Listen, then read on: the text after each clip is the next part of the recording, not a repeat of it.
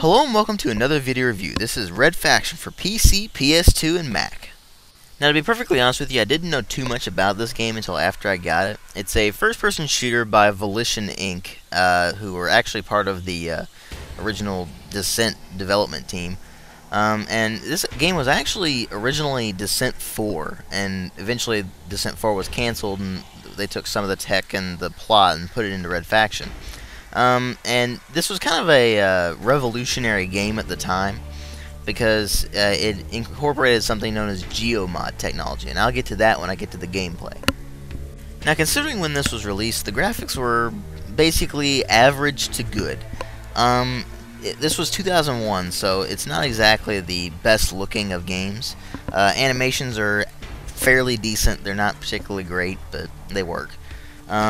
The textures are decent. The modeling is kind of I guess you could say. But one thing I remarked when I read PC Gamer's review of it was they said that the graphics engine was probably not utilized to its full capability, and I do think that is actually the case. But they really didn't need to up the graphics any. The game is fine without being absolutely gorgeous or anything. Now, likewise, the sound design is fairly average.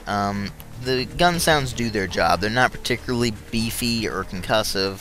The explosions are nice, but the gun sounds are kind of average. They don't sound bad. They don't sound particularly great either. The voice acting is anywhere between decent and dear God, what are they saying? And one example of that is Hendrix. Hello, my name is Hendrix, and I want to help you. That's how he talks the entire game, and it's really irritating. But, I mean, most of the characters talk normally, but it's just that some of the voice acting is really over the top. It's just kind of cheesy. Then you have the music, which is Dan Wentz, and it's this kind of a techno-ish score, and it actually works really well, surprisingly. Which is kind of unusual considering that, again, this is a first-person shooter. But really, when you're playing the game and all of a sudden the music kicks in, you just get into this vibe, and it's kind of hard to explain. But if you play the game and hear the music in-game, you'll kind of understand what I mean. Now, the gameplay is like a fairly standard first-person shooter wrapped in a sci-fi fight-for-freedom storyline. Basically, you're a miner on Mars, and the corporation that you're part of is treating you like crap. Probably lower than crap, actually. There's a plague going around, conditions in the mines are terrible, people just get beaten for no reason, left for dead, all that kind of stuff. And so eventually the miners just snap, and you have a revolution on your hands. And the game kicks off from there, and you've got some decent twists here and there, but overall, it's not all that amazing. I will say it works fairly well for what it is, compared to some other sci-fi storylines. Doom 3. Anyway, I would say that the storyline really doesn't matter in this game. This is really all about the gameplay itself, and again, it's a fairly standard first-person shooter, but that's where geomod comes in. Now, before this, you had just went from point A to point B, you maybe flipped a switch in between, and all you did was shoot stuff to bits.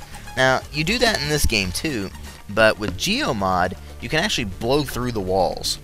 And it just blows holes in walls, blows chunks out of buildings, all that kind of stuff. And that's really cool. For instance, in the early part of the game, there's an APC going across a bridge, and it's got 4 soldiers with it.